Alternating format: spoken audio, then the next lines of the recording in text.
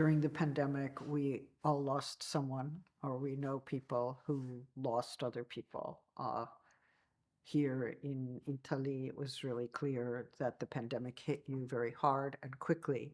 You were among the first um, countries to suffer massive losses and overwhelmed hospitals.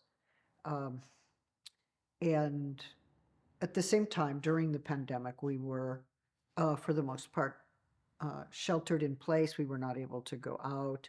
And I found that I couldn't go see art. I couldn't go to museums. None of us could.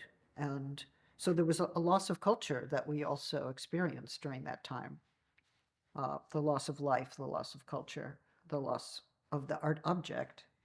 And the problem of object is something new for your thought. Well, objects are strange because in psychoanalysis, when they talk about an object, they actually mean another human being. But of course, the term moves between inanimate and animate objects, and one can have a relationship to both, um, and even a sustaining relationship to both. One question is, can we be well? Can we flourish in this world without having a relationship with others and with objects? And if we don't have that, in what ways are we impoverished? And what about the object in the museum and the special space of appearances that the museum is according to your definition?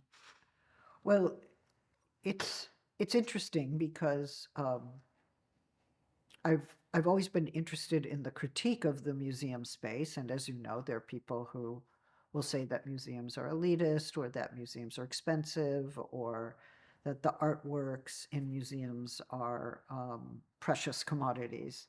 Um, and yet, there's lots of experiences of art, both inside museums and outside museums, that turns out to be very important for us. I myself confess that I like going into the museum and suddenly being enclosed in a space where I can be in some kind of encounter with an object. It helps my mind. It gives me another relationship to color, to form, to texture.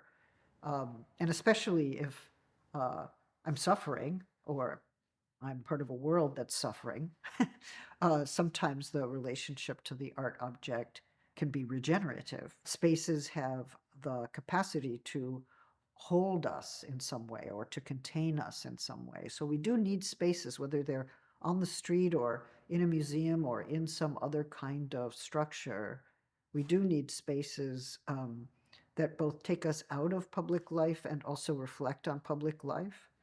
And I'm